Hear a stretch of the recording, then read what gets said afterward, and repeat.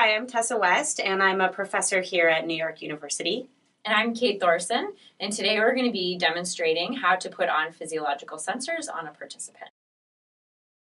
Okay, so first thing that you'll notice is that Tessa's wearing loose clothing, and she's wearing a separate top and a separate bottom, because later she's going to have to lift up her shirt to put on a few of the sensors.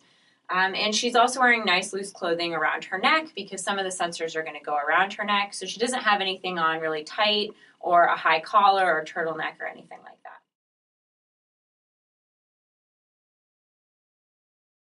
So the first thing I'm going to do is ask Tessa to put her hair up off of her neck so that I can measure out the tapes that will go around her neck.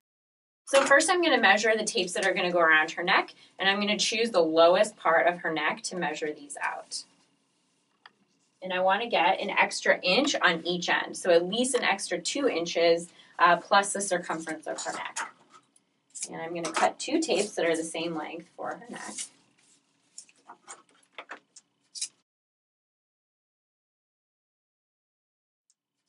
And then I'm going to ask her to put her arms out in a T so that I can measure around her torso.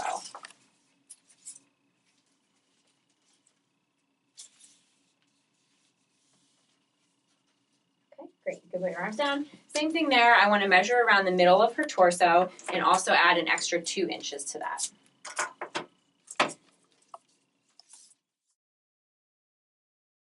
The first thing that I'm going to do with these tapes is to cut off or just to peel off 1-inch tabs on every end. So I'm going to pull the tape itself back a little bit, fold it over, and then rip it off and stick it back on.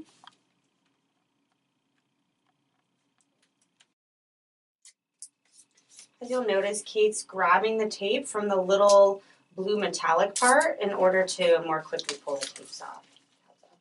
So now I have all the tabs on all of my tapes and they're all measured out. So I'm going to start with the tapes that go around her neck.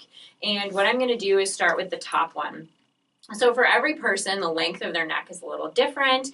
What I want to make sure that I do is get 2 tapes around her neck that are about 1 centimeter apart from each other. So I'm going to start as high as I can on her neck so that when I go around the back, I'm not going straight over her hair. So I want to sort of aim to be right below her hairline in the back once I place this.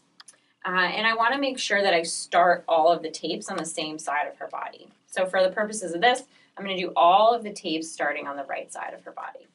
So I'm going to start at the top here, and what I'm doing is I'm going to place the tape on her neck, and then I will pull off the strip of paper as I go around. So I'm not going to rip off the paper first and then put the tape on. I'm going to pull it as I go. And I want to just pull this very lightly across her neck so that it doesn't tug at all.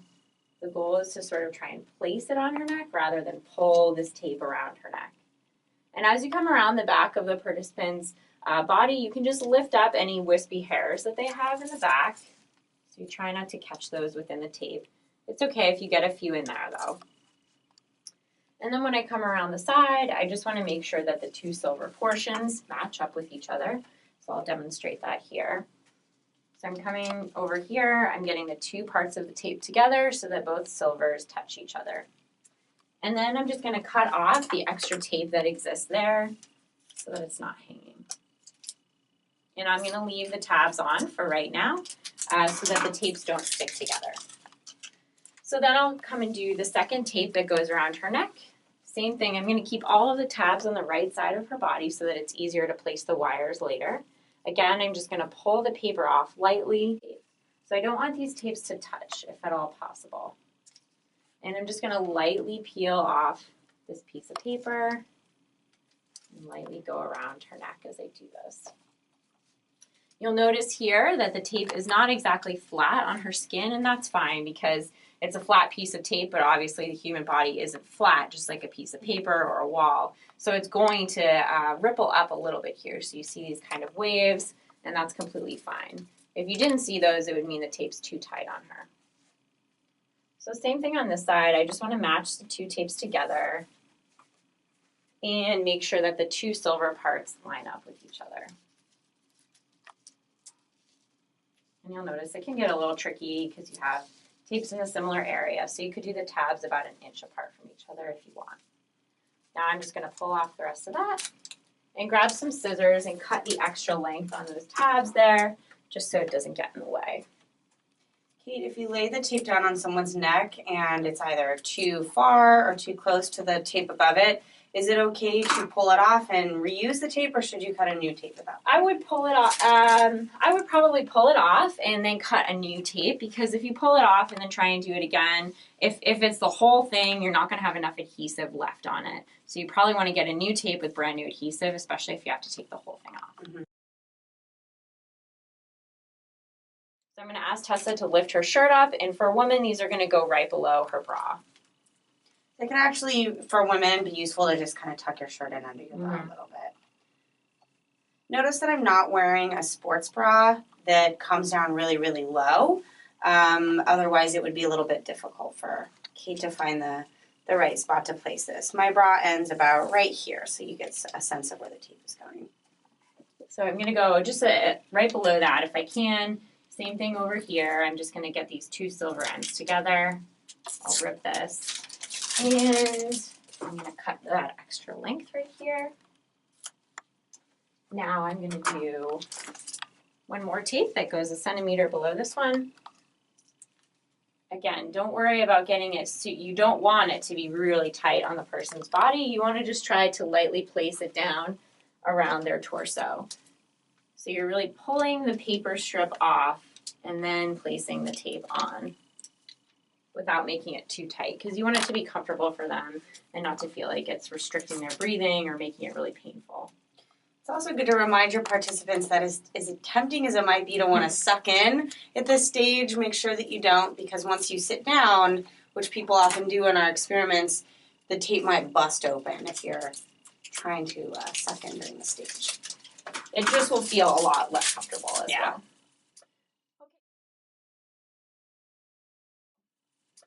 Okay, so now Tessa has the 4 tapes on. I'm going to do some sensors that are going to go on. One's going to go on her upper right torso, right about here near her collarbone. One's going to go on the lower left side here. So these are going to be her ECG sensors. She just needs 2 of them. And what I like to do first is to get the wires on the sensors before they go on the participant's body. So you'll see here they have a little silver clip, and I'm going to place it over the silver backing right here. So they just clip right on. And I'm going to peel this off.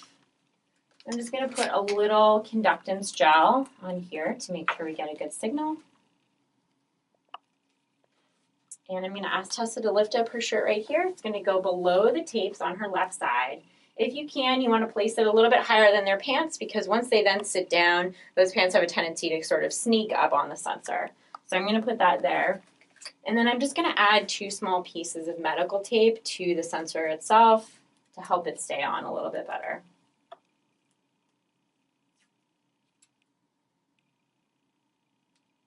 Okay, so it's going to go on her right side. I'm going to place it right here. You want to try and get it out of the way of the clothes, because then once they sit down or the clothes move around, it could move the sensor. And the idea is that these 2 are crossed from each other. Okay, so now she's all set with her ECG sensors, and what I'm going to do is hook in some wires to those tapes that she has on, and that's going to be the last step before we. Okay, so these 4 clips are going to go on the different tapes that Tessa's wearing, and you'll see they're labeled 1, 2, 3, 4. And I'm going to start by at the top of her neck and go 1, 2, 3, 4 down the side of her body. Turn here. Perfect. So I'm going to get rid of the tabs that I cut before.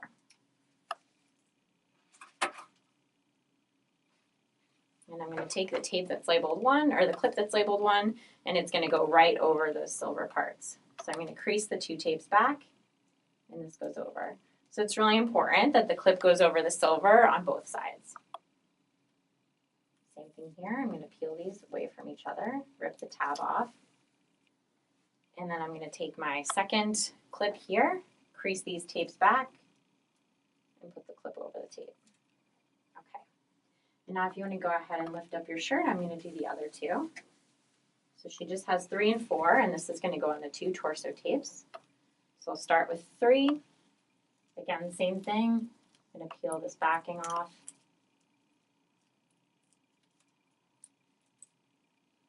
Go over it.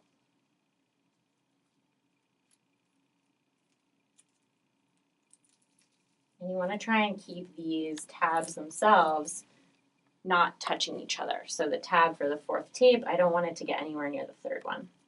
So that goes right over the 2 silver. So now Tessa can just lightly tug her shirt down over her sensors, and she's all set to go ahead and do the study. So she can sit down and move around, talk to somebody as she normally would with these wires on. Okay. So once she sits down, I'm just going to make sure I move the wires away from her a little bit so she's not sitting directly on the wires. And I want to try and get them out of the way so that a chair doesn't roll over them or anything like that. Okay, so we've opened up a template file for Tessa for the biopack that she has. And what I'm going to do, assuming the recording is all set up, is just go ahead and press start.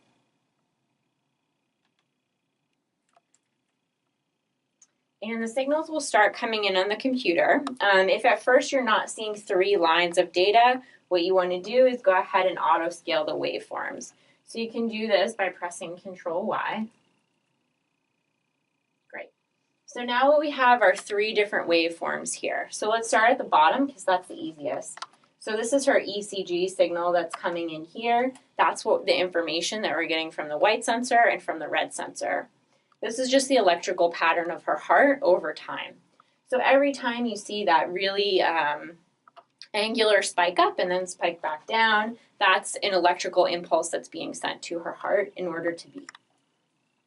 Okay, so that's the easiest one. And then if you look at these other 2 signals, that's the information that we're getting from the tapes that she has on.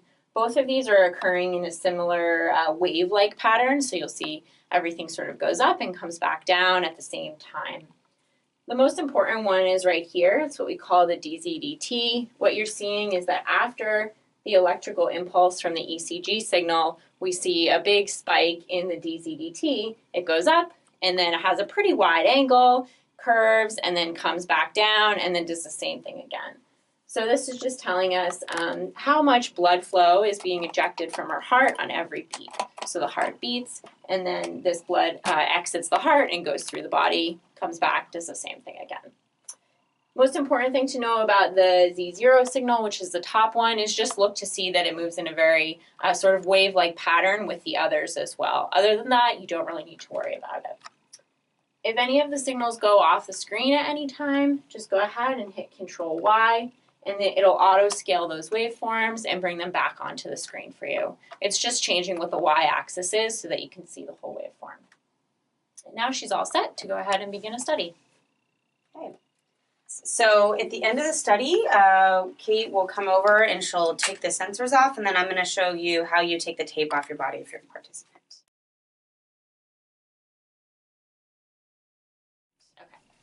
So first thing I'm going to do as the experimenter is just to unhook the wires from all the tapes that she's wearing.